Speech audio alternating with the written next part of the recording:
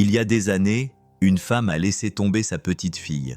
Aujourd'hui, elle est revenue en tant que PDG millionnaire et veut la récupérer par voie judiciaire. Mais personne ne s'attendait à la résistance que le père allait opposer. Avant tout, si tu traverses une période difficile, sache que tu n'es pas seul. Laisse un cœur dans les commentaires ci-dessous et rejoins notre communauté grandissante. Le soleil matinal filait à travers la fenêtre de la cuisine, tandis que Marc Delacroix versait des céréales dans le bol préféré de sa fille de 6 ans.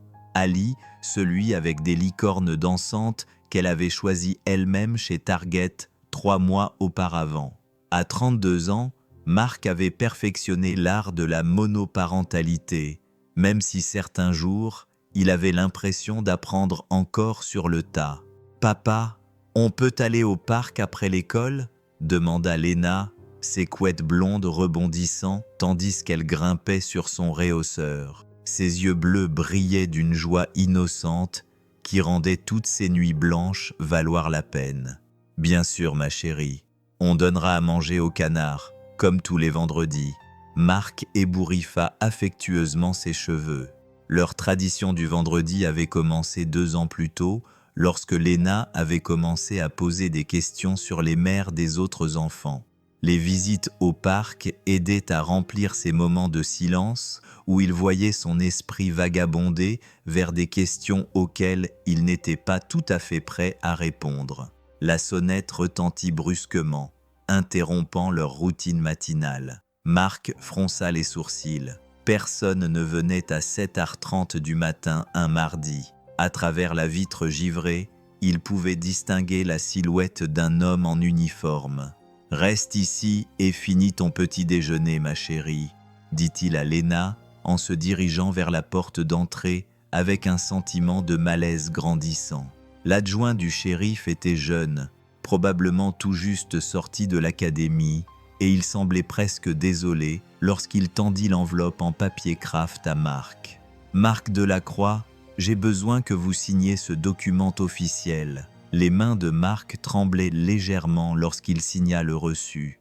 L'adjoint salua de la tête et retourna à sa voiture de patrouille, laissant Marc debout sur le pas de la porte, serrant ce qui lui semblait être une bombe. À l'intérieur de l'enveloppe, le papier à en-tête officielle rendait tout soudainement trop réel. « Demande de modification de la garde » était imprimé en gros caractères en haut de la page. Mais c'est le nom en bas qui fit se glacer le sang de Marc. Élise Catherine Moreau. Moreau. Elle avait changé de nom, évidemment. Papa, c'était qui? La voix d'Ali flotta depuis la cuisine. Toujours innocente, toujours convaincue que son monde était sûr et prévisible. Marc remissa rapidement les papiers dans l'enveloppe, l'esprit en ébullition. Élise n'avait pas donné de nouvelles depuis plus de 4 ans. Pas depuis qu'elle était partie, alors que Léna avait à peine 2 ans. Pas de carte d'anniversaire, pas de cadeau de Noël, pas d'appel téléphonique, rien. Et maintenant ça. Juste quelqu'un qui a livré le courrier, ma chérie, répondit-il en s'efforçant de parler d'une voix normale. Finis ton petit déjeuner. On va être en retard à l'école. » Mais en retournant dans la cuisine, il regardait Léna balancer ses petites jambes sur sa chaise en fredonnant une chanson de son dessin animé préféré. Marc avait l'impression que son monde basculait. La femme qui les avait abandonnés sans un regard en arrière se battait maintenant pour obtenir la garde de la fille qu'elle n'avait jamais pris la peine de connaître. Comment expliquer à une enfant de 6 ans que la mère dont elle se souvient à peine veut l'enlever aux seuls parents qu'elle ait jamais connus? 4 ans plus tôt, Marc était un homme complètement différent.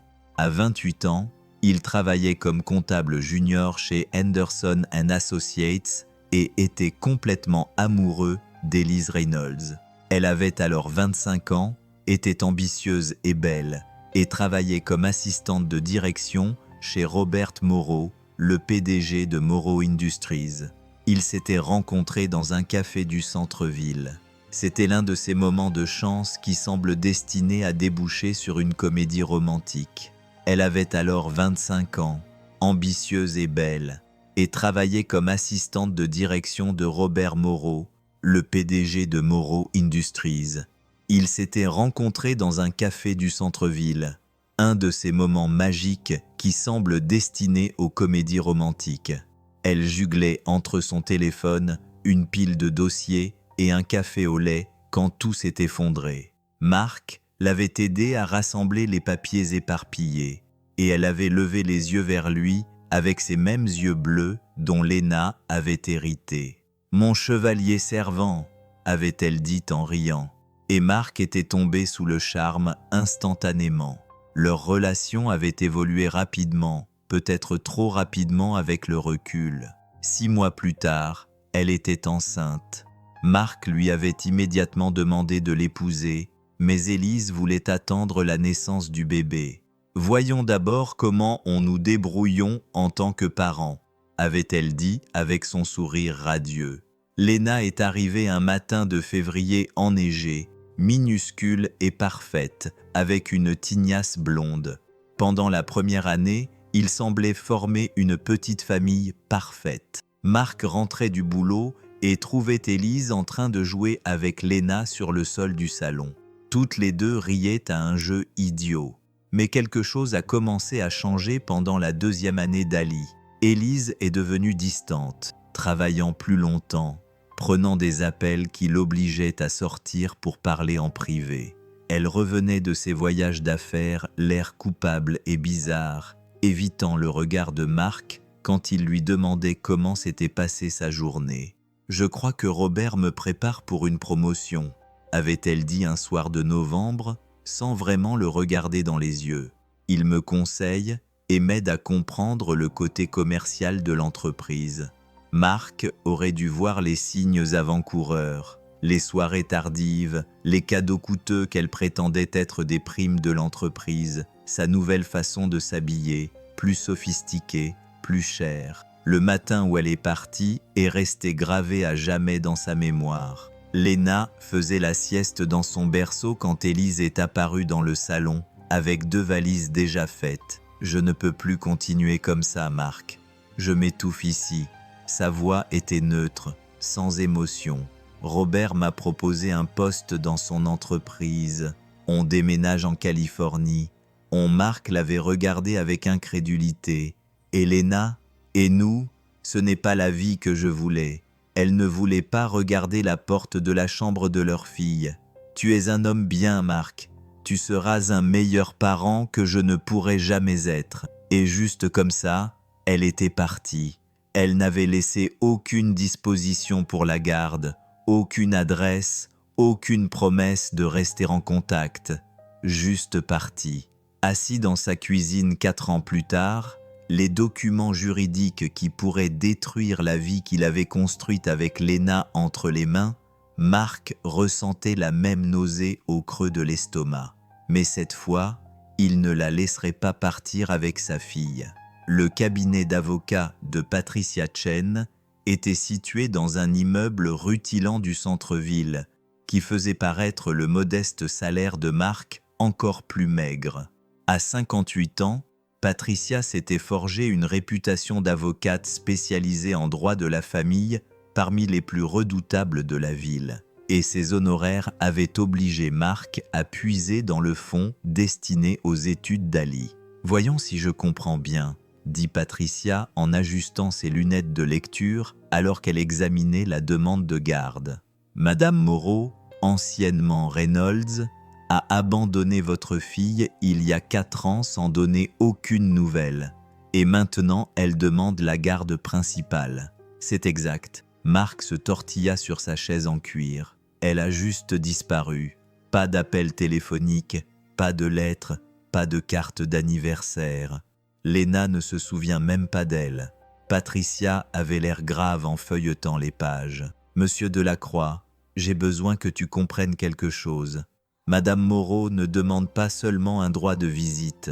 Elle demande la garde principale avec des visites supervisées tous les week-ends. » Ces mots frappèrent Marc comme un coup physique. supervisé. Elle pense que je suis dangereux pour ma propre fille. Selon sa requête, elle prétend que tu as créé un environnement instable et que Léna aurait besoin d'une guidance maternelle adéquate et d'une sécurité financière. Patricia posa les papiers avec un dégoût évident. Elle allègue également que ton mode de vie actuel n'est pas adapté à l'éducation d'une jeune fille. Marc serra les poings. Quel mode de vie? Je travaille 40 heures par semaine. Je suis l'entraîneur de l'équipe de foot d'Ali. Je lui lis une histoire tous les soirs avant de se coucher. En quoi le fait d'aimer son enfant est-il instable? La bonne nouvelle, c'est que l'abandon est extrêmement difficile à prouver dans les affaires de garde. La mauvaise nouvelle, c'est que Madame Moreau a des ressources importantes à sa disposition. Patricia sortit alors un autre dossier. J'ai fait quelques recherches préliminaires. Elle est maintenant PDG de la division Côte-Ouest de Moreau Industries. Sa fortune est estimée à 15 millions de dollars. 15 millions. Marc gagnait 42 000 dollars par an. Elle peut se permettre les meilleurs avocats, les meilleurs psychologues pour enfants, les meilleurs tout. Patricia a continué. Ce ne sera pas une affaire simple, monsieur Delacroix. On doit se préparer à un combat. 3 jours plus tard, Marc s'est retrouvé assis en face d'Élise dans une salle de conférence stérile du tribunal. Elle avait l'air complètement différente, raffinée, puissante, vêtue d'un tailleur qui coûtait probablement plus cher que le salaire mensuel de Marc. Ses cheveux étaient coiffés en une élégante coupe au carré et elle se tenait avec l'assurance de quelqu'un qui avait l'habitude d'obtenir exactement ce qu'elle voulait. « Salut Marc ». Sa voix était froide, professionnelle. « Tu as l'air en forme. Je ne peux pas en dire autant de toi », répondit Marc, incapable de masquer l'amertume dans sa voix. « Tu ressembles à quelqu'un que j'ai connu autrefois. » L'avocat d'Élise, un homme au visage anguleux nommé Richard Sterling, s'éclaircit la gorge. « Nous pourrions peut-être nous concentrer sur le sujet qui nous intéresse. Madame Moreau est prête à offrir des conditions de visite très généreuses. » « Généreuses ?» Marc éclata d'un rire amer. « Tu veux m'enlever ma fille, la seule maison qu'elle ait jamais connue, et tu appelles généreuse des visites le week-end ?» Pour la première fois, quelque chose vacilla dans l'expression parfaitement maîtrisée d'Élise. « J'ai commis des erreurs, Marc. J'étais jeune et effrayée, et j'ai fait le mauvais choix. Mais je suis différente maintenant.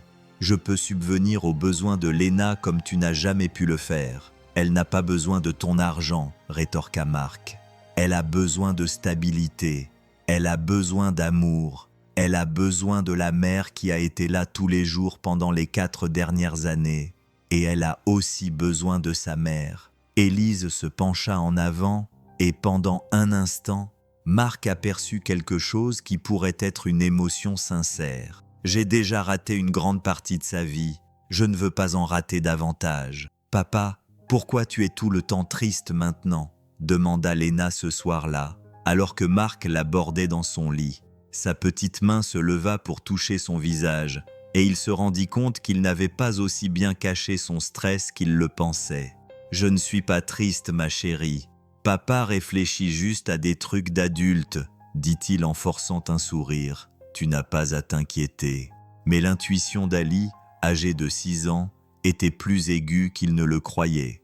Elle posait beaucoup de questions ces derniers temps, remarquant les documents juridiques qu'il essayait de cacher, sentant la tension dans ses appels téléphoniques avec son avocat. « Est-ce que quelqu'un essaie de m'emmener ?»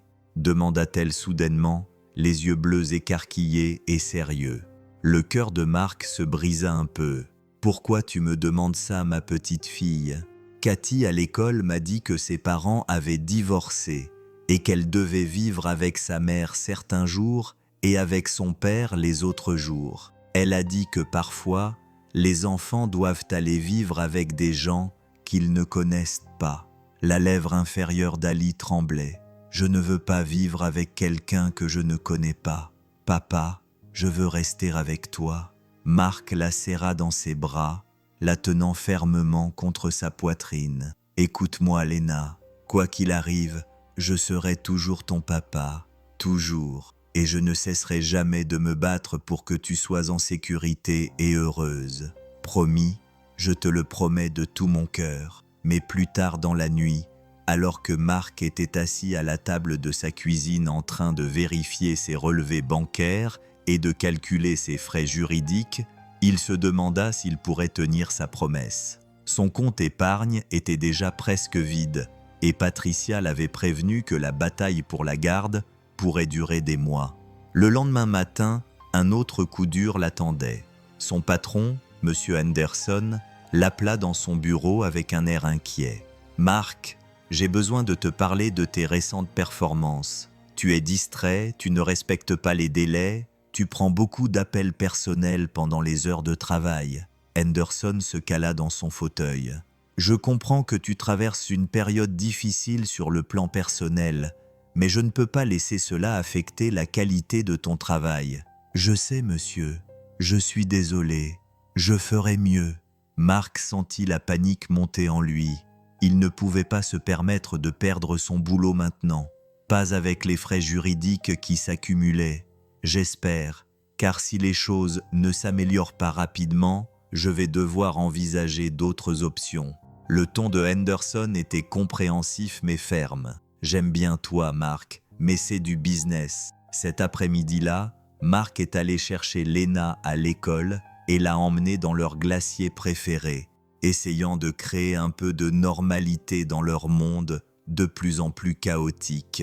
Elle a commandé sa glace habituelle à la fraise avec des pépites multicolores et a bavardé de sa journée tandis qu'il s'efforçait de se concentrer sur ses paroles plutôt que sur la montagne de problèmes qui pesaient sur ses épaules. « Papa, il y avait une jolie dame à l'école aujourd'hui qui posait des questions à Mademoiselle Johnson à mon sujet, » dit Lena avec désinvolture. Léchant son cornet de glace, Marc sentit son sang se glacer. Quel genre de questions lui a-t-elle posé? Je ne sais pas, mais Mademoiselle Johnson avait l'air inquiète et lui a dit qu'elle ne pouvait pas parler des élèves sans permission. Lena balançait ses jambes depuis le tabouret haut. La dame avait les mêmes cheveux que moi, ce qui était sympa. Élise était allée à l'école d'Ali. Le fait de réaliser que son ex enquêtait déjà sur leur vie, qu'elle s'immisçait déjà dans des espaces qui ne lui appartenaient pas, rendait Marc malade. Son téléphone vibra. Un SMS de Patricia. Audience d'urgence prévue pour la semaine prochaine. L'équipe d'Élise demande la garde temporaire en attendant le procès. On doit parler. Le bureau de Patricia semblait plus petit et plus oppressant pendant leur réunion d'urgence. Marc n'avait presque pas dormi depuis qu'il avait reçu son SMS, passant la nuit à faire les 100 pas dans son salon et à essayer de comprendre comment tout avait pu dégénérer si vite.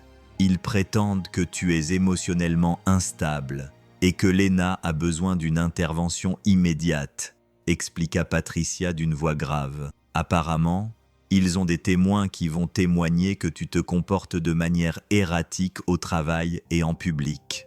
Des témoins? Marc sentit le sol se dérober sous ses pieds. Quels témoins? Ton patron a confirmé que tes performances professionnelles avaient considérablement baissé. L'enquêteur d'Élise a interrogé des personnes à l'école d'Ali, tes voisins et même des parents de son équipe de foot. Patricia sortit un épais dossier. Ils montent un dossier pour prouver que tu fais une sorte de dépression et que le bien-être d'Ali est en danger. Marc fixa le dossier, incrédule. C'est dingue, je ne suis pas en train de craquer. Je suis détruit par mon ex-copine qui a disparu pendant 4 ans et qui veut maintenant jouer à la mer. Je te crois, mais on doit le prouver. Et on a besoin de témoins de moralité. Patricia s'est penchée en avant. Qui peut témoigner de tes compétences parentales? Qui te voit régulièrement avec Lena? Cette question a fait prendre conscience à Marc à quel point sa vie était devenue isolée depuis. Élise était partie. Ses parents vivaient à l'autre bout du pays. Ses quelques amis proches s'étaient éloignés pendant ses premières années difficiles de monoparentalité, et la plupart de ses interactions avec d'autres parents était superficielle. Il y a Madame Henderson, la voisine. Elle garde parfois Lena et l'entraîneur Rodriguez de l'équipe de foot. Peut-être certains profs à l'école. C'est un début, mais il nous faut plus. On a besoin de gens qui peuvent parler de ton caractère, de ta stabilité, de ton dévouement en tant que père. Patricia a pris des notes sur son bloc-notes. Et le pédiatre d'Ali, les personnes qui s'occupent d'elle à la crèche, quelqu'un qui t'a vu jouer ton rôle de père de manière constante au fil des ans, alors qu'il passait en revue les témoins potentiels, Marc a pris conscience à quel point sa vie s'était rétrécie depuis qu'il était devenu père célibataire. Chaque décision avait été prise pour Lena, pour assurer sa sécurité, son bonheur et sa stabilité. Mais maintenant, ce dévouement était déformé pour servir de preuve d'instabilité. « Il y a autre chose », dit Patricia d'un ton soigneusement neutre. Élise a proposé un accord. Elle est prête à commencer par des visites supervisées si tu acceptes d'augmenter progressivement le temps que Lena passe avec Lena au cours de l'année prochaine pour aboutir à une garde partagée. Absolument pas. La réponse de Marc fut immédiate et ferme. Elle s'éloigna. Elle avait perdu le droit de poser des exigences. « Marc, je veux que tu réfléchisses bien à tout ça. La battre devant les tribunaux va coûter cher, plus cher que tu ne peux probablement te le permettre. Elle a des ressources illimitées et elle a déjà montré qu'elle était prête à les utiliser de manière agressive. Le montant que Patricia lui a donné pour un procès pour la garde exclusive a fait tourner la tête de Marc. Même s'ils vendaient tout ce qu'ils possédaient, hypothéquaient leur maison au maximum et empruntaient à toutes les sources possibles, ils ne pourraient pas payer. Ce soir-là, Marc s'est assis sur le lit d'Ali et l'a regardé dormir, son petit visage paisible et confiant. Sa chambre était remplie de souvenirs de leur vie ensemble. Des dessins réalisés à l'école recouvraient tous les murs disponibles. Une bibliothèque remplie de livres qu'ils avaient lus ensemble. Une commode surmontée de photos de leurs aventures au zoo, à la plage, à la montagne. C'était chez elles, c'était leur vie. Et d'une manière ou d'une autre, ils devaient trouver un moyen de la protéger, même si cela signifiait tout risquer. Son téléphone vibra, signalant l'arrivée d'un SMS provenant d'un numéro inconnu.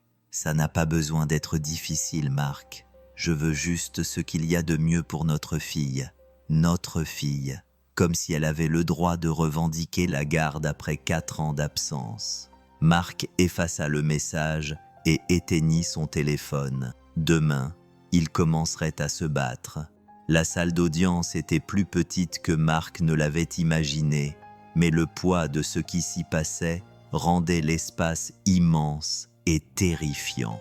La juge Margaret Sullivan, une femme d'une 60aine d'années aux cheveux grisaciés et au regard perçant, présidait l'audience d'urgence avec une autorité qui incitait tout le monde à parler avec plus de prudence. Marc était assis à côté de Patricia, regardant Élise et son équipe juridique présenter leur dossier avec une efficacité impitoyable. Richard Sterling brossait le portrait d'un père célibataire en difficulté, dépassé et potentiellement dangereux pour le développement de sa fille. Votre honneur, Monsieur Delacroix, a montré des signes évidents d'instabilité émotionnelle au cours des dernières semaines. Ses performances professionnelles se sont détériorées au point que son emploi est menacé. Les voisins ont signalé avoir entendu des cris et constaté un comportement inquiétant. Madame Moreau, quant à elle, a bâti une carrière réussie et est prête à offrir une stabilité et des ressources que M. Matthew ne peut tout simplement pas égaler. Patricia se leva pour répondre, mais la juge Sullivan leva la main. Avant de continuer, je veux être très clair. La seule préoccupation de ce tribunal est l'intérêt supérieur de l'enfant.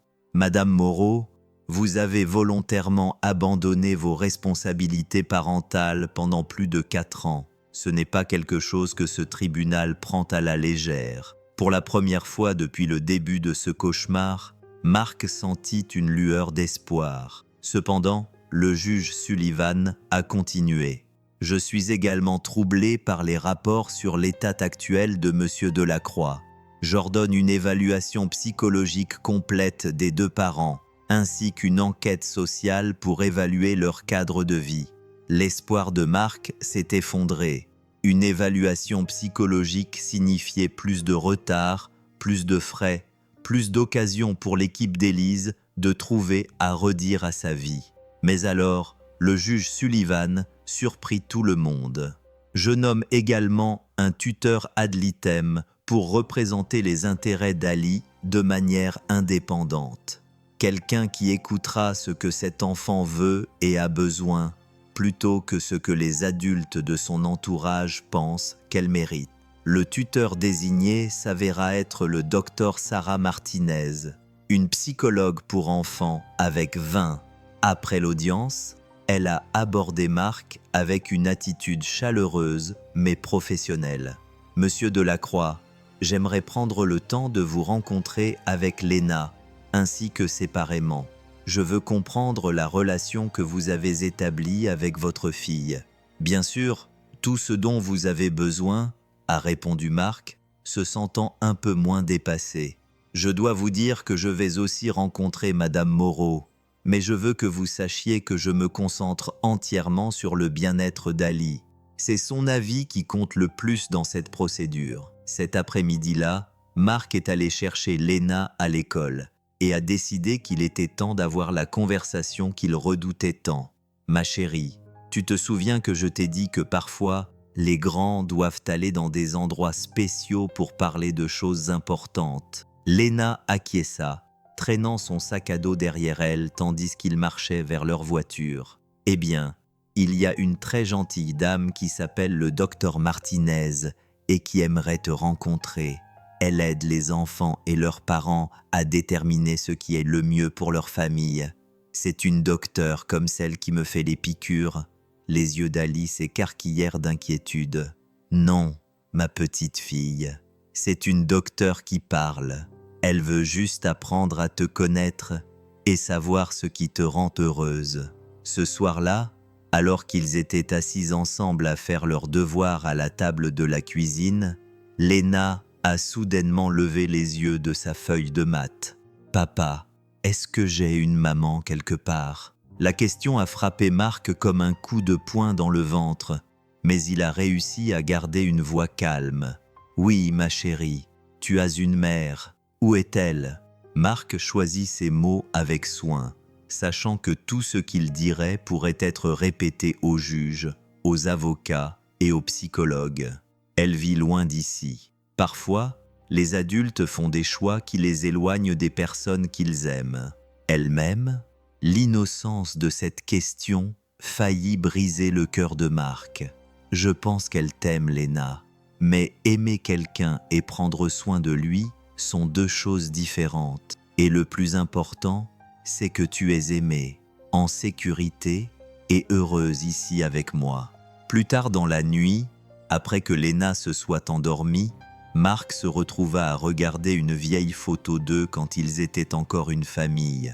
Élise tenait Lena qui venait de naître et Mark les enlaçait toutes les deux. Ils avaient tous l'air si jeunes, si pleins d'espoir, si inconscients de la façon dont tout allait s'effondrer. Mais en regardant la photo maintenant, Mark remarqua quelque chose qu'il n'avait jamais vu auparavant.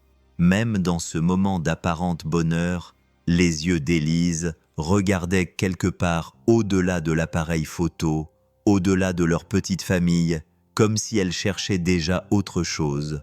Peut-être qu'elle n'avait jamais été à eux, et peut-être, juste peut-être, que cela suffirait à les sauver.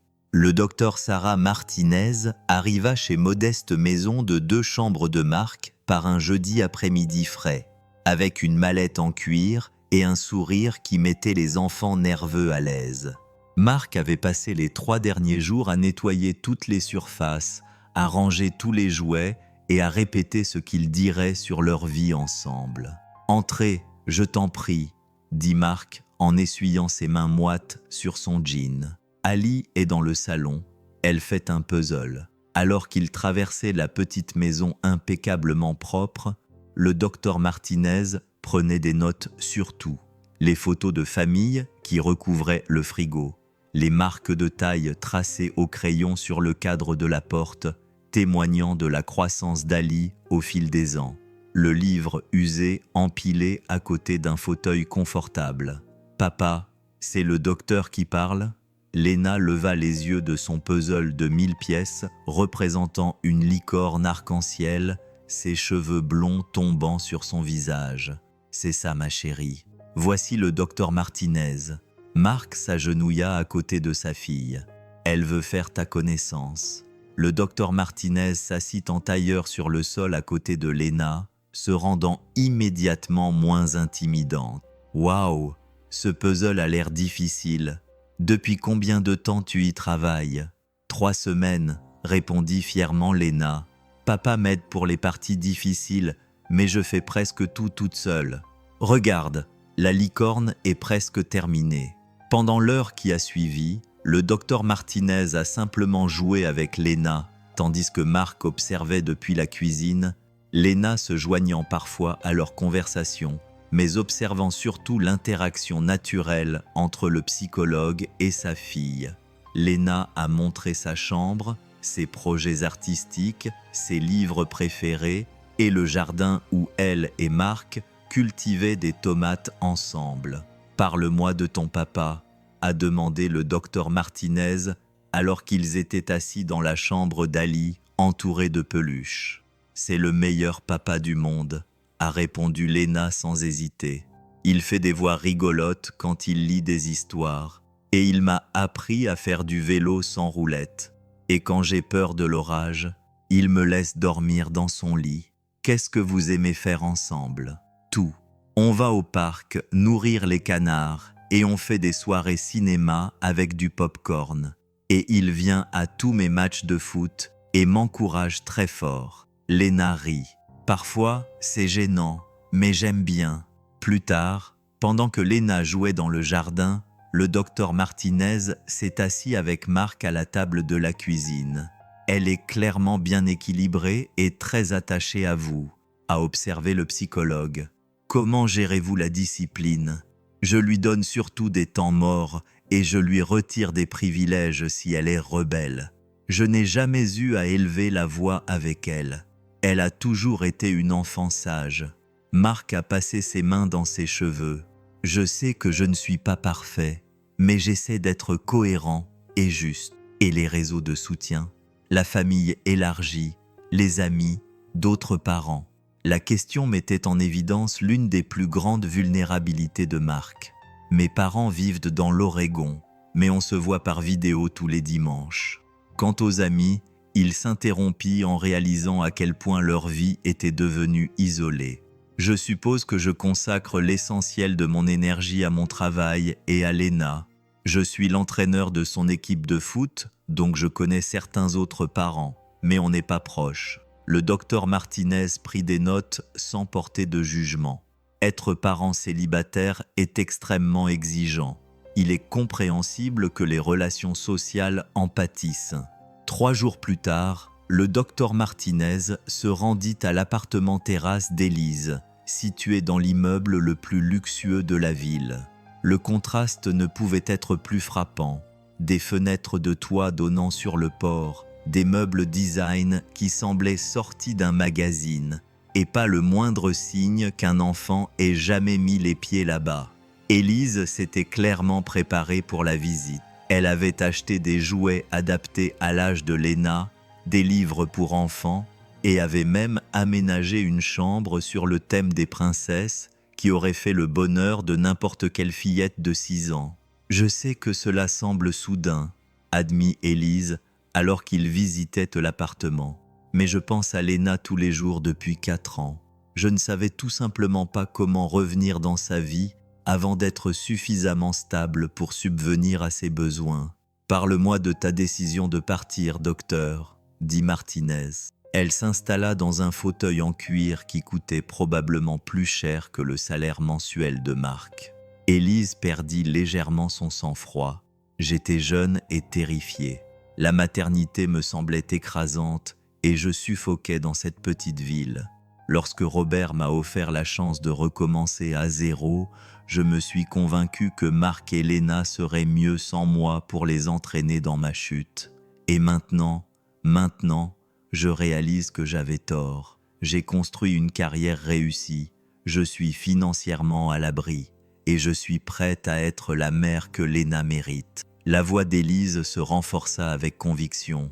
Je peux lui offrir des opportunités que Marc n'a jamais pu lui offrir. Les meilleures écoles, des voyages, des expériences culturelles, une sécurité financière pour son avenir. Le docteur Martinez observa Élise attentivement.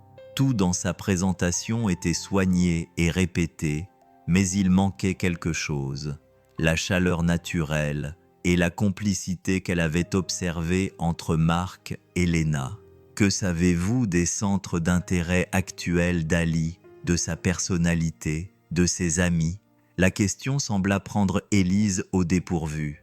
Eh bien, elle est malade, donc elle aime les choses typiques des enfants de 6 ans, les poupées, les dessins animés, jouer dehors. Je suis sûr que nous découvrirons ces centres d'intérêt ensemble. C'était une réponse révélatrice, générique et impersonnelle, qui ne reflétait pas la connaissance réelle de l'enfant que Léna était devenue.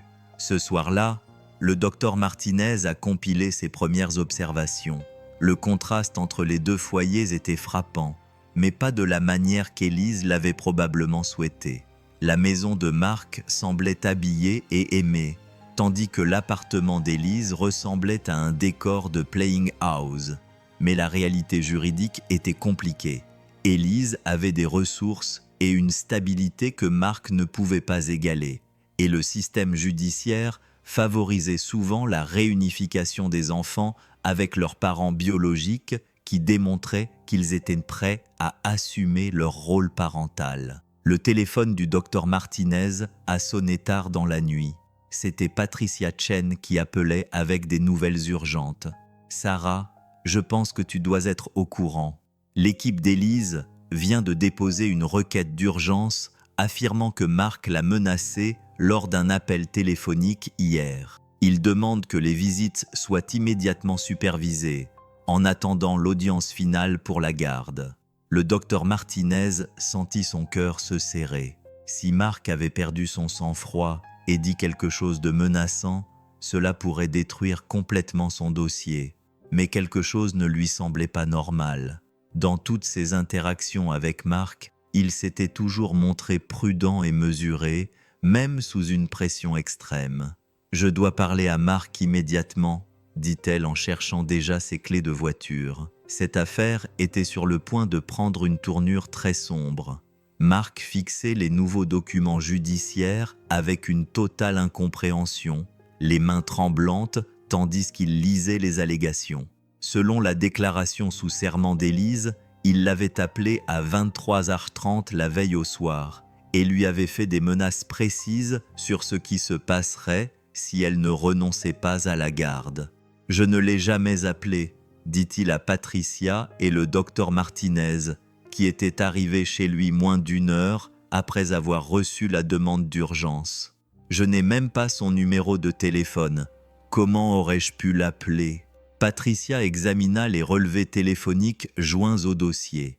Ils indiquaient un appel de ton numéro de domicile vers son portable à 23h30 précise, d'une durée de 4 minutes et 37 secondes. « C'est impossible. » La voix de Marc était tendue par la fatigue et la peur. Léna et moi étions en train de lui lire une histoire à 23h30. On a lu 3 chapitres de Charlotte's Web comme on le fait tous les soirs. Le docteur Martinez s'est penché en avant, l'air concentré. « Marc, tu dois réfléchir très attentivement.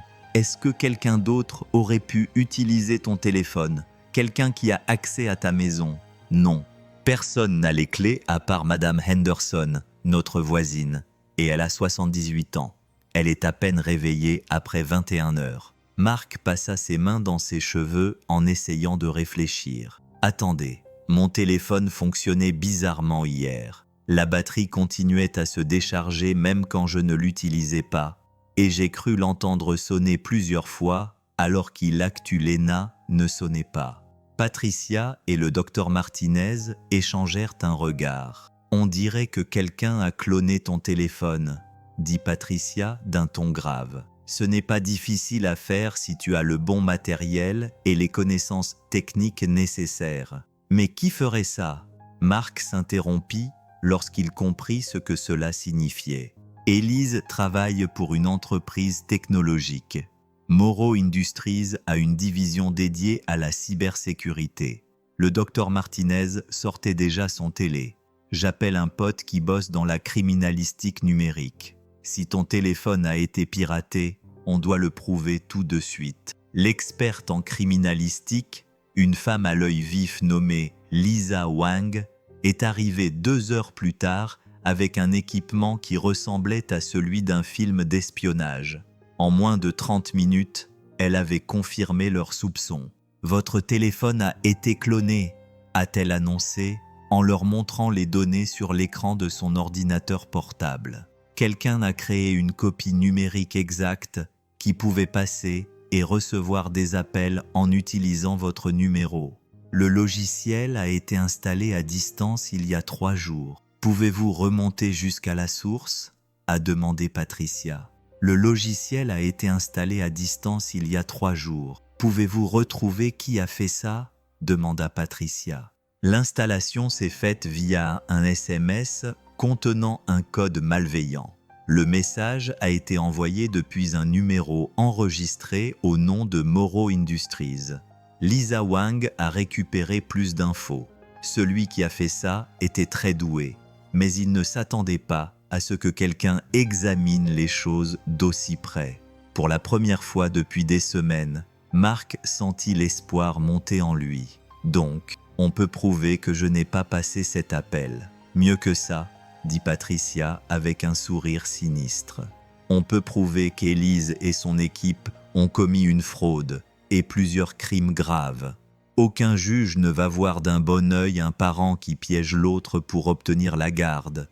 Mais le docteur Martinez reçut un appel du tribunal. La juge Sullivan voulait voir toutes les parties dans son bureau dès lundi matin. Ce week-end-là, Marc essaya de faire comme si de rien n'était pour Ali, mais elle sentait bien son stress malgré tous ses efforts. « Papa, tu as des ennuis ?» demanda-t-elle samedi matin alors qu'ils étaient assis en train de manger des pancakes. « Non, ma chérie. Parfois, les grands doivent prouver des choses aux autres grands, mais tout va bien se passer. Est-ce que quelqu'un essaie encore de m'emmener ?» Marc s'agenouilla à côté de sa chaise et prit ses petites mains dans les siennes. « Écoute-moi, Lena. Quoi qu'il arrive, je serai toujours ton papa, toujours. Et je n'arrêterai jamais de me battre pour garder notre famille ensemble. » Cet après-midi-là, ils sont allés au parc où ils avaient passé d'innombrables vendredis à nourrir les canards et à jouer sur les balançoires. Alors que Marc regardait Lena courir avec les autres enfants, il remarqua une femme assise sur un banc à proximité qui les observait attentivement. C'était Élise.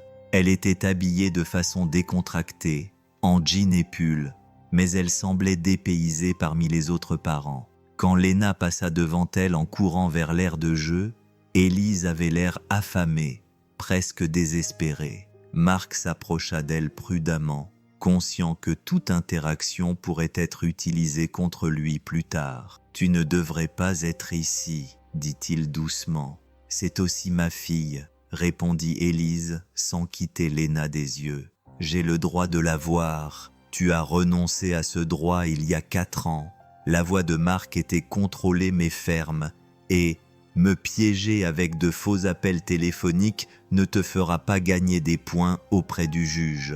Pour la première fois, Élise le regarda directement et Marc fut choqué de voir des larmes dans ses yeux. « Je n'ai jamais voulu que ça aille aussi loin. Je veux juste revoir ma fille. Elle n'a jamais été à toi, » répondit Marc. « Tu ne peux pas abandonner un enfant et décider des années plus tard que tu es prêt à être parent. ça ne marche pas comme ça. Élise se leva brusquement, son masque de sang-froid tombant. Tu n'as aucune idée de ce que j'ai vécu, de ce que j'ai sacrifié pour en arriver là où je puis subvenir à ses besoins. Et tu n'as aucune idée de ce qu'on a vécu non plus, rétorqua Marc. Les cauchemars qu'elle a faits pendant des mois après ton départ, où elle demandait pourquoi maman ne l'aimait plus, la façon dont elle sursaute encore parfois quand elle entend une portière claquer parce qu'elle pense que quelqu'un d'autre pourrait partir. Les mots frappèrent Élise comme des coups physiques, et pendant un instant, Marc eut presque pitié d'elle. Presque. Mais puis, il regarda Léna, qui riait et jouait avec les autres enfants, totalement inconsciente que son monde était en train de s'écrouler, et sa détermination se renforça. Il avait hâte d'être lundi matin. Le bureau du juge Sullivan était plus petit et plus informel que la salle d'audience, mais la tension était si palpable qu'on aurait pu la couper au couteau. Élise était assise en face de Marc, son avocate à ses côtés, avec une pile de documents qui semblait diminuer à chaque minute qui passait. « Avant de commencer, » dit la juge Sullivan, en ajustant ses lunettes de lecture, « je voudrais aborder les allégations de menaces téléphoniques. Moreau, votre équipe juridique a présenté des preuves de harcèlement de la part de Monsieur Delacroix. » Richard Sterling s'éclaircit la gorge. « Votre mot, votre honneur. Nous avons des enregistrements téléphoniques qui montrent clairement que Monsieur Sterling, le juge l'interrompit. J'ai examiné le rapport d'expertise numérique soumis par l'avocat de Monsieur Delacroix. Savez-vous que la société de votre client a illégalement cloné le téléphone de Monsieur Delacroix afin de fabriquer des preuves ? » Le silence dans la salle était assourdissant. Élise pâlit et l'attitude confiante de son avocat s'effondra instantanément. « Votre honneur, mon client n'était pas au courant de cette manipulation technique. Arrêtez !» La voix du juge Sullivan était tranchante. « Mademoiselle Moreau, vous êtes PDG d'une entreprise technologique. Vous avez présenté des preuves qui se sont avérées être complètement fabriquées. Soit vous avez orchestré cette fraude, soit tu es tellement incompétente que tu te laisses manipuler par tes propres employés. Dans les deux cas, ça ne te rend pas très digne d'être parent. » Élise Fanlena prit la parole, d'une voix à peine audible. « Je voulais juste voir ma fille. Je pensais que si je pouvais prouver que Marc était instable, tu pensais pouvoir mentir à cette cour et piéger un bon père pour lui voler son enfant. » Le dégoût du juge Sullivan était évident. « Madame Moreau, je renvoie cette affaire au procureur général pour qu'il engage des poursuites pénales. La fraude, l'usurpation d'identité et le parjure sont des crimes graves. » Le docteur Martinez se pencha en avant. « Votre honneur, si je peux partager mes observations issues des visites à domicile et des entretiens, je vous en prie. » Après une évaluation approfondie, il est clair que Léna s'épanouit sous la garde de Monsieur Delacroix. Elle est émotionnellement en sécurité, bien équilibrée et a un lien fort et sain avec son père. Même si Madame Moreau peut offrir des avantages matériels, elle ne montre aucune connaissance réelle de la personnalité, des intérêts ou des besoins d'Ali. Plus important encore, Léna elle-même n'a exprimé aucun désir d'entrer en contact avec Madame Moreau et a explicitement déclaré son souhait de rester avec son père. Le juge Sullivan acquiesça d'un air sombre. « Et quelle est votre recommandation concernant la garde ? » La garde exclusive devrait être maintenue à Monsieur Delacroix. Cependant, si Madame Moreau souhaite vraiment construire une relation avec sa fille plutôt que de simplement gagner une bataille juridique, je recommanderais des visites supervisées, en commençant par de très brèves rencontres structurées, mais uniquement si Léna exprime son intérêt. Le juge Sullivan se tourna vers Élise. « Madame Moreau, avez-vous quelque chose à dire avant que je rende ma décision ?»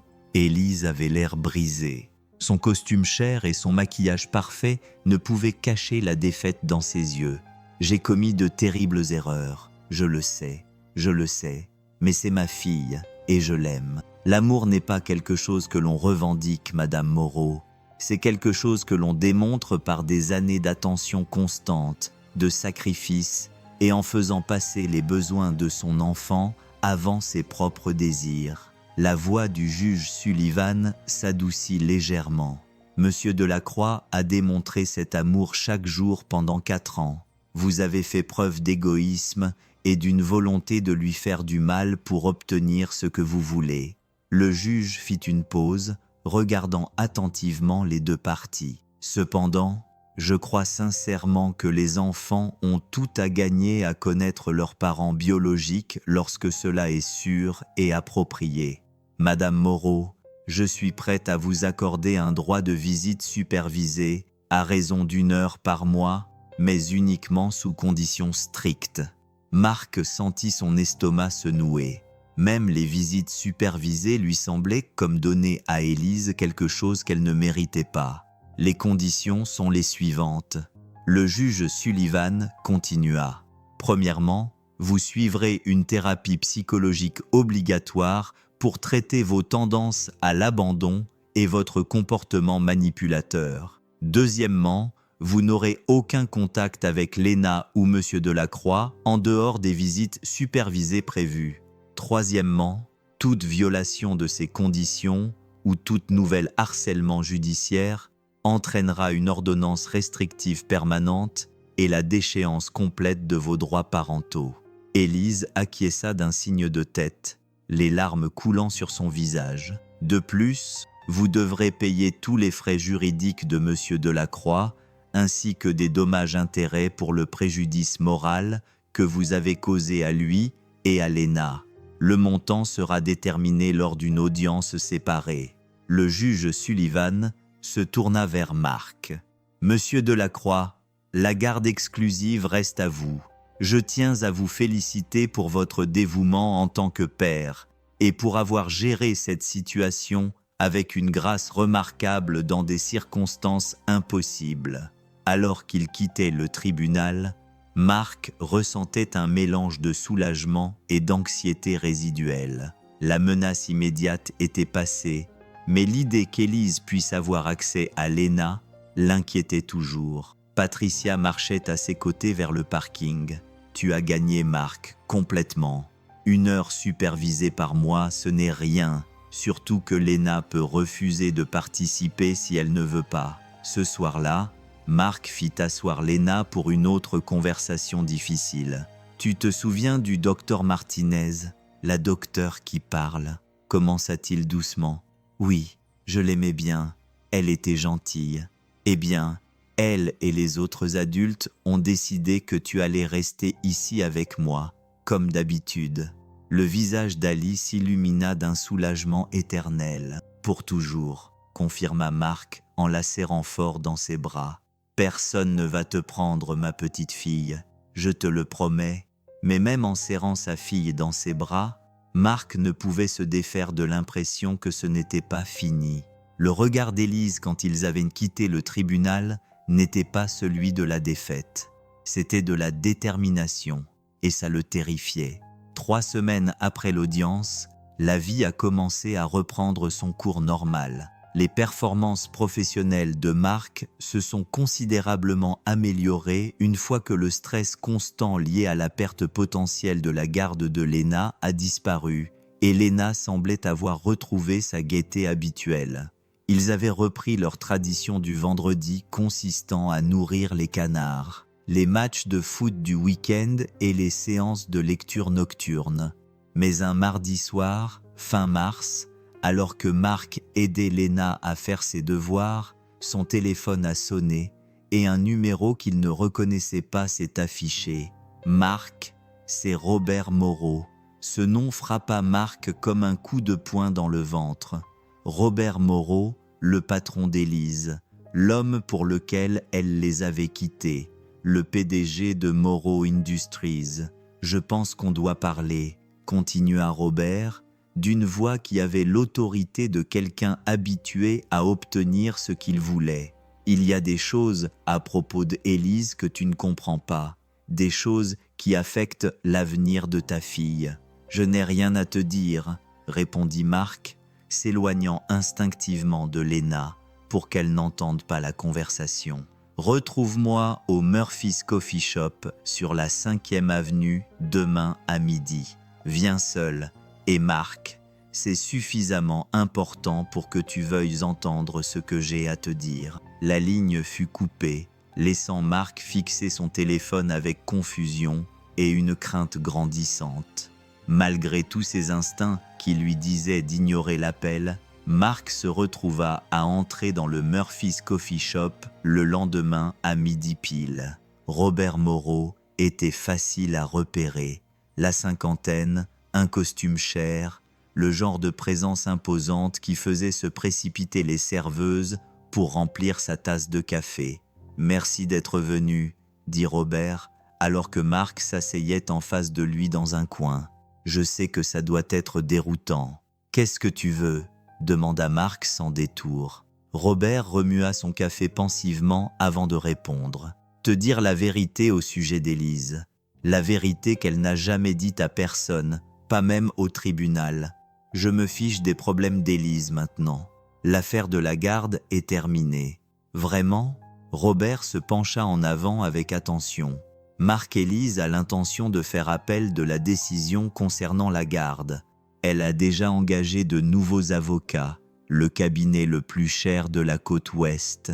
Elle est prête à dépenser tout son argent pour récupérer Léna. Marc sentit son estomac se nouer. Le juge avait été très clair sur ses chances. Les juges peuvent être contredits par des tribunaux supérieurs, surtout quand de nouvelles preuves apparaissent.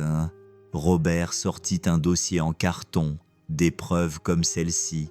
À l'intérieur du dossier se trouvaient des photos, des dossiers médicaux et ce qui semblait être des évaluations psychologiques. Les mains de Marc tremblaient tandis qu'il feuilletait les pages, qui brossaient un tableau qu'il n'aurait jamais imaginé. « Élise ne t'a pas quitté pour moi, » dit Robert doucement. « Elle est partie parce qu'elle faisait une dépression nerveuse, une grave dépression post-partum qui a évolué vers quelque chose de beaucoup plus grave. Elle a été hospitalisée 2 fois au cours des 6 mois qui ont précédé son départ, une fois pour tentative de suicide. La photo montrait Élise dans un lit d'hôpital, ne ressemblant en rien à la femme confiante dont Marc se souvenait.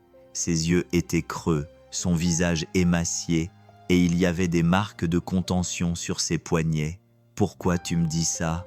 murmura Marc. « Parce qu'elle est malade, Marc, malade de Léna, et elle est convaincue que récupérer Léna la guérira de son traumatisme et la rendra à nouveau entière. » L'expression de Robert était sinistre. Elle n'a pas pris ses médicaments depuis 3 mois. Elle a viré son psy. Elle est à nouveau en pleine spirale. Et cette fois, elle a des millions de dollars dans une équipe d'avocats qui alimente ses délires. Marc fixait le dossier médical, essayant de comprendre ce qu'il voyait. « Si tu sais qu'elle est instable, pourquoi tu ne l'arrêtes pas ? » « Parce que je suis complice. » L'aveu de Robert était lourd de culpabilité. Je savais qu'elle était mariée et avait un bébé quand on a commencé notre liaison. Je savais qu'elle avait des problèmes mentaux. J'aurais dû l'aider au lieu de profiter de sa vulnérabilité. Quand elle t'a quitté pour moi, je me suis convaincu que je la sauvais, mais j'étais juste égoïste. Alors, arrange ça maintenant. Trouve-lui l'aide dont elle a besoin. J'ai essayé, mais elle n'est plus la même personne. La culpabilité et la honte l'ont transformée en quelqu'un que je ne reconnais plus. Elle est convaincue que si elle peut récupérer Léna, elle pourra réécrire l'histoire et devenir la mère qu'elle aurait dû être. Robert ferma le dossier. Elle est déjà revenue en ville.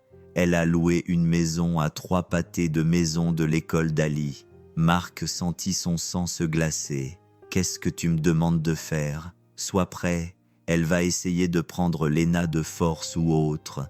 Et quand elle le fera, tu auras besoin de preuves qu'elle est mentalement instable. » Robert se leva, laissant le dossier sur la table. « Je reprends l'avion pour la Californie ce soir. Je ne peux plus faire partie de tout ça. »« Attends, » dit Marc en appelant Robert qui se dirigeait vers la porte. « Pourquoi tu m'aides ?» Robert se retourna, le regard plein de regret. « Parce que cette petite fille ne mérite pas de payer pour les erreurs que nous, les adultes, avons commises.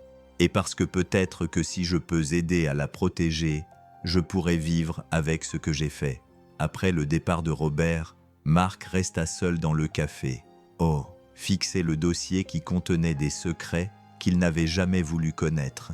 Élise n'était pas seulement une femme égoïste qui avait abandonné sa famille, elle était profondément malade, et sa maladie était entièrement focalisée sur le fait de récupérer Léna. Ce soir-là, alors qu'ils regardaient Léna jouer dans leur jardin, courir après les lucioles et rire de joie, Marc prit une décision difficile. Il sortit son téléphone et appela Patricia Chen. « Patricia, c'est Marc. Je dois te voir tout de suite et amener le docteur Martinez.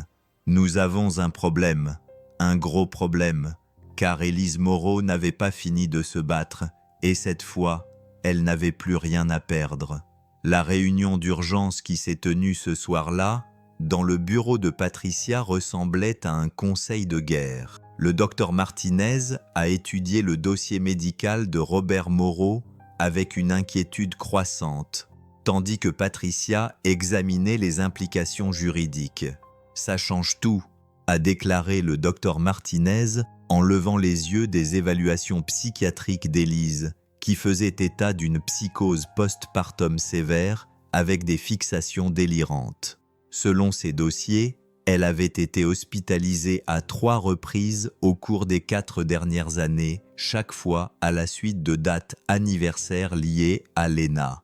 Patricia était déjà au téléphone avec ses contacts au tribunal. Si elle était hors de contrôle, il fallait agir vite. D'après ces dossiers, elle a été hospitalisée à 3 reprises au cours des 4 dernières années, chaque fois à l'occasion d'une date anniversaire liée à Léna. Patricia était déjà au téléphone avec ses contacts au tribunal. Si elle a arrêté son traitement et prévoit de faire appel, le juge Sullivan doit le savoir immédiatement. Ce n'est plus seulement une affaire de garde. C'est une question de sécurité potentielle. Mais leur plan a été interrompu par le téléphone de Marc qui vibrait, signalant un SMS de Madame Henderson. « Une femme bizarre prend des photos de votre maison. Dois-je appeler la police ?» Marc a senti son sang se glacer. Il s'est excusé et a couru vers sa voiture, rentrant chez lui plus vite qu'il n'avait jamais conduit de sa vie. Quand il est arrivé, Madame Henderson se tenait sous son porche, visiblement agitée. « Elle est restée ici pendant près d'1 heure, » a déclaré la vieille dame, prenant des photos de tout, de la maison, du jardin, même de la fenêtre de la chambre d'Ali. Quand je lui ai demandé ce qu'elle faisait, elle a répondu qu'elle était experte immobilière, mais elle n'avait aucun document officiel. Marc a vérifié leur système de sécurité, des caméras basiques qu'il avait installées après le début de la procédure de garde. Les images montraient clairement Élise se promener dans leur propriété, photographiant tout et à un moment donné, essayant la poignée de la porte arrière. « Où est Léna ?» a demandé Marc, paniqué. « Elle est en sécurité à l'intérieur. Je l'ai surveillée à travers la fenêtre de la cuisine tout le temps. » Madame Henderson posa une main rassurante sur son bras. « Marc, qui était cette femme? Elle me semblait familière. C'est compliqué.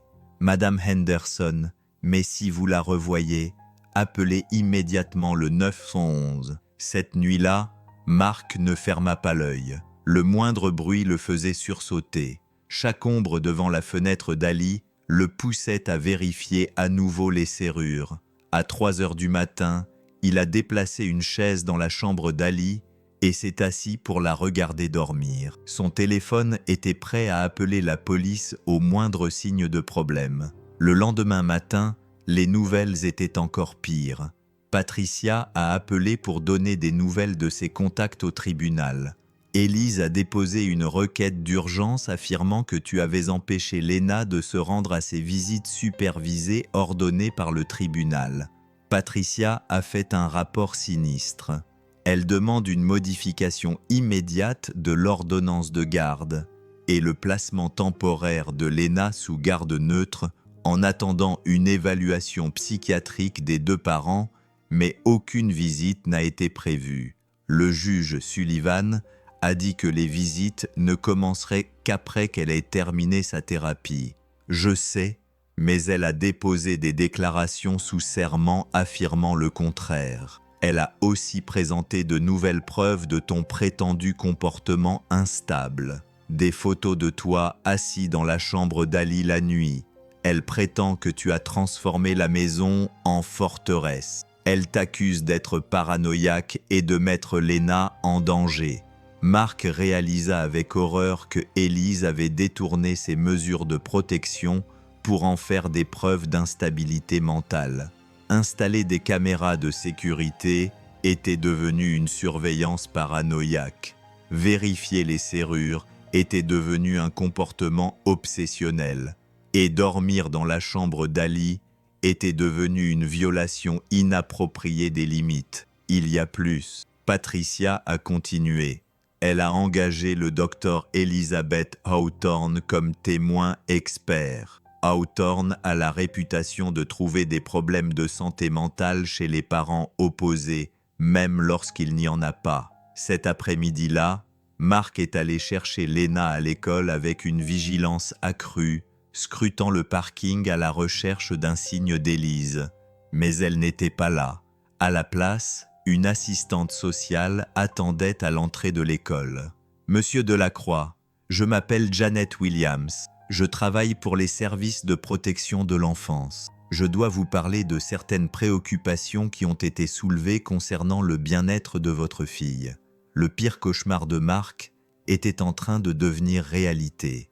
Quel genre de préoccupations? Des rapports faisant état d'un comportement erratique, d'une possible toxicomanie et de la création d'un environnement instable pour votre enfant. » Janet Williams consulta son bloc-notes. « Je suis tenu de procéder immédiatement à une vérification du bien-être de votre enfant. » À la maison, Madame Williams tout examina. Les caméras de sécurité, les serrures, la chaise dans la chambre d'Ali. Elle interrogea Léna en privé pendant que Marc attendait dans la cuisine. Ses mains tremblaient de rage contenue. « Papa est le meilleur papa du monde. » Il pouvait entendre Léna le dire à l'assistante sociale. « Il prend soin de moi, me lit des histoires et me fait me sentir en sécurité. Votre papa a-t-il agi différemment ces derniers temps? Plus inquiet ou effrayé par certaines choses? Eh bien, il est parfois triste parce que quelqu'un essaie de m'enlever.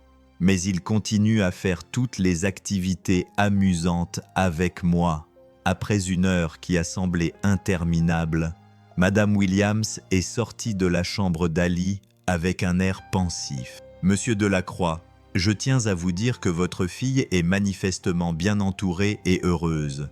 Cependant, je suis tenu de rédiger un rapport sur les mesures de sécurité que vous avez mises en place. Bien que je comprenne vos inquiétudes compte tenu de l'affaire de garde, les nombreuses caméras et serrures pourraient être considérées comme excessives. » Ce soir-là, Marc a appelé le docteur Martinez en désespoir de cause. « Sarah, elle détruit systématiquement ma crédibilité. Chaque mesure que je prends pour protéger Léna est utilisée comme preuve que je suis instable. Marc, j'ai examiné le dossier médical d'Élise fourni par Robert Moreau. Je crois savoir ce qui se passe. » La voix du docteur Martinez était grave. Elle souffre de ce qu'on appelle un trouble délirant fixe. Elle s'est créé un monde imaginaire élaboré dans lequel elle est la victime et vous êtes le méchant qui l'empêche d'assumer son rôle de mère. Dans son esprit, tout ce qu'elle fait est justifié parce qu'elle croit qu'elle sauve Léna de toi. Alors, qu'est-ce que je fais? Documente tout, mais ne réagis pas émotionnellement à ses provocations. Et Marc envisage la possibilité qu'elle essaie de prendre Léna directement. Les personnes dans son état peuvent parfois en arriver à des mesures désespérées lorsque les voies légales ne fonctionnent pas. Cette nuit-là, Mark a installé son matelas dans la chambre d'Ali de façon permanente. Si Élise préparait quelque chose de désespéré, elle devrait d'abord passer par lui. Mais alors qu'il était allongé, écoutant la respiration paisible de sa fille, Mark ne pouvait s'empêcher de penser que le pire était encore à venir. La confrontation finale eut lieu un mardi matin qui avait commencé comme tous les autres. Mark préparait le déjeuner d'Ali pour l'école lorsqu'il remarqua une camionnette garée de l'autre côté de la rue, avec les vitres teintées. Quelque chose lui semblait bizarre, mais la bataille pour la garde l'avait amené à remettre en question son instinct pour distinguer ce qui était normal de ce qui relevait de la paranoïa. Il accompagna Léna à l'école comme d'habitude, remarquant que la camionnette les suivait à distance. À l'entrée de l'école, il s'agenouilla pour lui donner son câlin d'au revoir habituel. « Passe une bonne journée, ma petite fille. Je t'aime jusqu'à la lune et retour. Et moi, je t'aime jusqu'aux étoiles et retour, » répondit Léna, leur phrase spéciale qui ne manquait jamais de le faire sourire. Mais alors que Mark la regardait disparaître dans le bâtiment, il eut une envie irrésistible de l'appeler pour la retenir à la maison ce jour-là. Il réprima ce sentiment et se rendit au travail, sans savoir qu'en face, Élise était assise dans le van avec 2 hommes qu'elle avait engagés pour ce qu'elle appelait des services de réunification familiale. L'appel arriva à 14h47. Mark était en train de relire les rapports trimestriels quand son téléphone sonna avec le numéro de l'école. « Monsieur Delacroix, ici le directeur Johnson. J'ai bien peur qu'il y ait eu un incident. Une personne prétendant être la mère d'Ali a tenté de venir la chercher à l'école aujourd'hui. » Mark sentit son sang se glacer. « Où est Léna? Elle est en sécurité. Elle est ici avec moi. » Mais Monsieur Delacroix, cette femme, avait des documents juridiques qui semblaient lui donner le droit de garde. Le personnel de notre bureau ne savait pas quoi faire. Mark courait déjà vers sa voiture. Ne laissez personne l'emmener. J'arrive tout de suite. Lorsque Mark est arrivé à l'école, il a trouvé Léna assise dans le bureau du directeur, l'air confuse et effrayée. Elle a immédiatement couru vers lui et a enroulé ses petits bras autour de sa taille. « Papa » a-t-elle dit. « Une dame a dit qu'elle était ma maman et que je devais venir avec elle, mais je ne me souviens pas d'elle et elle avait l'air effrayante. » Le directeur Johnson a pris Mark à part pendant que Léna jouait avec des jouets dans un coin. « Monsieur Delacroix, la femme avait des documents très convaincants. Si Léna n'avait pas refusé de la suivre, nous aurions peut-être pu la laisser partir. Mais votre fille était catégorique. Elle ne connaissait pas cette femme et voulait vous attendre. » Mark serra Léna plus fort dans ses bras, réalisant à quel point il avait failli la perdre pour toujours. Merci de l'avoir protégée. Ce soir-là, alors que Mark bordait Léna dans son lit, elle leva les yeux vers lui avec un air sérieux. « Papa, pourquoi cette dame a dit qu'elle était ma maman? J'ai déjà toi. » Mark s'assit sur le bord de son lit, choisissant ses mots avec soin. « Parfois, ma petite fille, les adultes font des erreurs, de grosses erreurs, et parfois, ils ne savent plus très bien ce qui est bien et ce qui est mal. Es-tu mon vrai papa? Je suis ton papa à tous les égards qui comptent. C'est moi qui t'aime, qui prends soin de toi et qui serai toujours là pour toi. C'est ça, être un vrai parent. » Léna acquiesça solennellement. « J'ai dit à la dame qui m'a fait peur que mon papa viendrait me chercher. Et j'avais raison. » Le lendemain matin, une nouvelle mit fin au cauchemar une fois pour toutes. Patricia appela pour donner des nouvelles qui laissèrent Mark sans voix. Élise a été arrêtée hier soir. Elle a porté plainte pour tentative d'enlèvement, violation des ordonnances du tribunal et plusieurs autres chefs d'accusation. Mais Mark, il y a plus. Lors de son arrestation, Elle a fait une dépression nerveuse. Elle a été hospitalisée en psychiatrie. Le docteur Martinez est arrivé 1 heure plus tard avec des détails supplémentaires. J'ai parlé avec le psychiatre de garde à l'hôpital. Élise est en pleine crise psychotique.